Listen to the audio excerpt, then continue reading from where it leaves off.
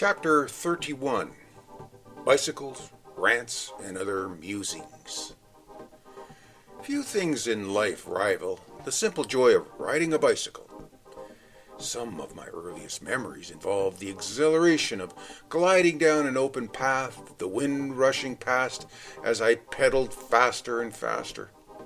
Of course, the bikes of my youth were nothing like the technological marvels available today, lighter, stronger, and engineered for speed and efficiency.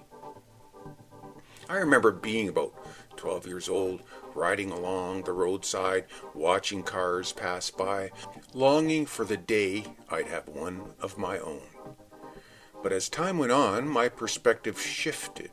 In the final decade of my teaching career, I rode my bike to work as often as I could. On the days I had to drive, I found myself looking longingly at cyclists outside of my car window, wishing I were on two wheels instead of stuck behind the wheel of a car. That transition, from dreaming of driving to preferring to pedal, became more than just a habit. It became a passion. The joy I found in cycling to work soon expanded into cycling vacations. I planned these trips with such enthusiasm as others might plan a European getaway.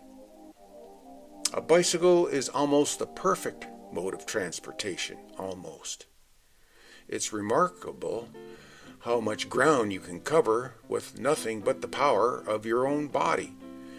Bicycles are environmentally friendly, cost-effective, and convenient. They allow you to move through a city or countryside with a sense of connection to your surroundings that cars simply cannot provide. Yet, despite these advantages, cycling isn't without its risks. The ever-present danger posed by cars and trucks forces cyclists to remain constantly alert. Sharing the road requires diligence, awareness, and sometimes a little luck.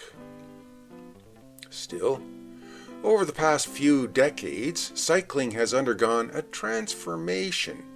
Public awareness campaigns, improved infrastructure, and shifting attitudes have made it safer and more accessible than ever before.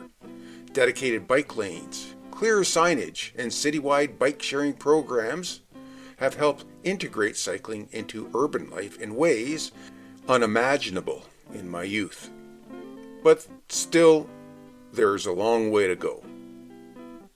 Despite of all the progress, Ontario road laws remain firmly rooted in the perspective of motor vehicles. Cyclists must navigate a system that was never truly designed for them.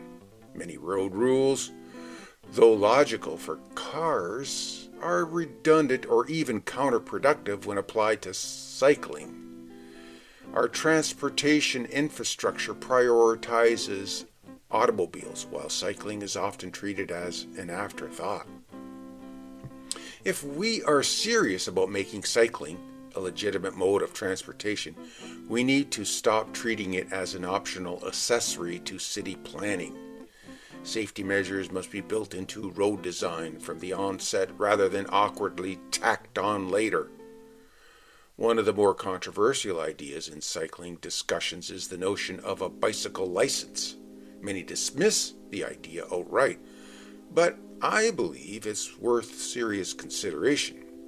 If you think about it, we require 14-year-olds to obtain a boating license, yet anyone can ride a bicycle in traffic without any formal education on road safety.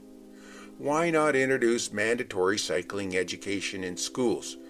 Put it right in the curriculum, teaching young riders proper signaling, road etiquette, and defense cycling techniques could significantly reduce accidents.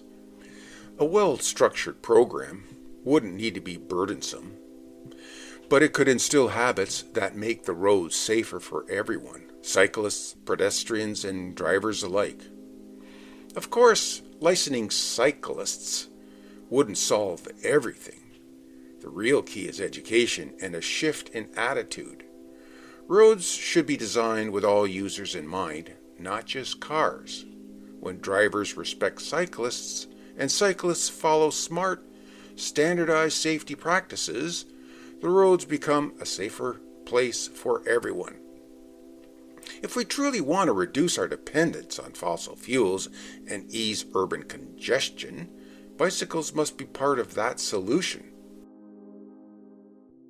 The fact is, bicycles are the most widely manufactured machine in the world, and in terms of energy efficiency, no other form of personal transportation even comes close.